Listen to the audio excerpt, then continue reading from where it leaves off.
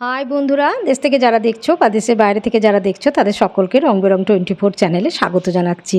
আমি একটা নতুন ব্লগ নিয়ে চলে এলাম। আমি দেখো ট্রেনে বসে গেছি, সকালবেলাতেই এটা ব্লগটা শুরু করছি। আমি এখন কোথায় যাচ্ছি সেটা তোমাদের সঙ্গে একটু শেয়ার করে দিই। আমি কলকাতাতে পুজোর বাজার করতে যাচ্ছি, কেননা পুজো তো চলেই এলো, খুবই কাছে পুজো, এবারে খুবই তাড়াতাড়িও আছে। আর এখন তো বৃষ্টি পড়ছে, আজকাল করে করে খুব দেরিও হয়ে গেল। চলো তোমাদের সঙ্গে সব কিছু শেয়ার করব। এই যে শপিং করতে যাচ্ছি, মনে মনে একটা আনন্দও আছে, আবার একটা ভয়ও কাজ করছে।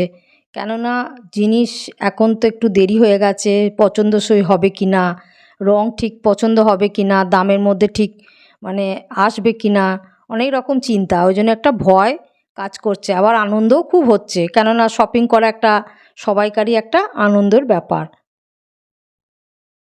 এই যে বড় দোকানে ঢুকে গেছি শপিং করার জন্য।